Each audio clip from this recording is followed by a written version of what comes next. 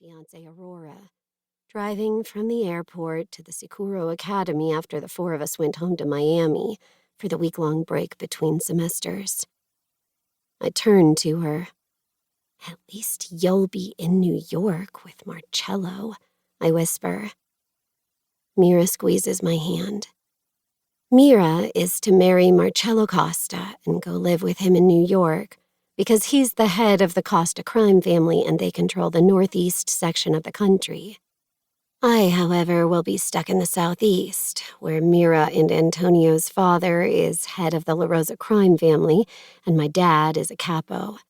Since Antonio is next in line to run the empire, seeing him with Aurora is a permanent part of my future. Antonio and Aurora were arranged to be married by their fathers, announced to everyone during the Christmas break. Merry Christmas to me. Why not put coal in my stocking, too? It's been less than 2 months since the official announcement, and I'm already sick of her baby talk and public display of affection. And it's not only because she has Antonio, it's also because she's a Class A bitch, a real mean girl, and I don't say that lightly. I'm pretty easygoing and get along with almost everybody. But growing up, Aurora was always jealous of Mira because her dad was head of the family, so she tormented her relentlessly. Even went so far as to put a picture of a pig in place of Mira's senior photo in the yearbook. Basically, she's not a nice person. At all. And the fact that she's going to marry Antonio is like injecting poison into my already withering heart. "Do you think I should change into a reception dress or keep it old school and stay in the dress from the ceremony?" Aurora asks Antonio the 100th question about their wedding since we boarded the plane. My gaze flicks back to them. He shrugs and continues to look out the window. "Do whatever you want." His voice is indifferent, and I inwardly preen. Mira confided in me that Antonio's not thrilled about being arranged to marry Aurora, but he'll honorably do what's best for the family. With Mira's marriage to Marcello shoring up the relationship with the Northeast, their father thought Antonio should be married to someone who would strengthen the family.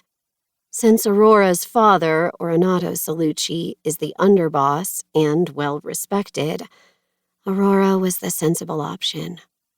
"Make sure you wear black," Mira says. "Want the outside to match the inside." Aurora narrows her eyes at Mira, then turns to Antonio. "You aren't going to let her speak to your fiancé that way, are you?" Antonio sighs and pushes a hand through the dark curls on top of his head. The darkness under his eyes says he hasn't been sleeping well. "Mira, keep it in check." Mira simply rolls her eyes, while Aurora gives her a shit-eating grin. Thank God, the limo rolls to a stop a minute later when we reach the gates of the academy. The guards go through the security check with the driver. Then we roll down the windows so one guard can see who's in the back of the limo, while the second security guard checks the trunk and under the car to be sure we're not bringing in any weapons or explosives.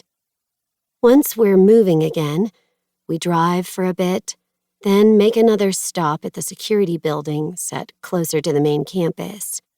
We file out to hand in our cell phones in exchange for the ones the college issues that only call and text other people within the college network. Then our bags are searched for contraband, and finally, us, before we're back in the limo and on our way to the dorms. Security is top-notch at the Sicuro Academy. The private college was created by the 4 Italian crime families that run the United States. You have the La Rosas in the southeast, where we're from, the Costas in the northeast, the Accardis in the southwest, and the Vitalis in the northwest. 3 decades ago, after a series of fights over territory that resulted in a bloodbath, killing a lot of young men on the rise to prominent positions, they built the academy. The word sicuro in Italian means safe. They can all send their children.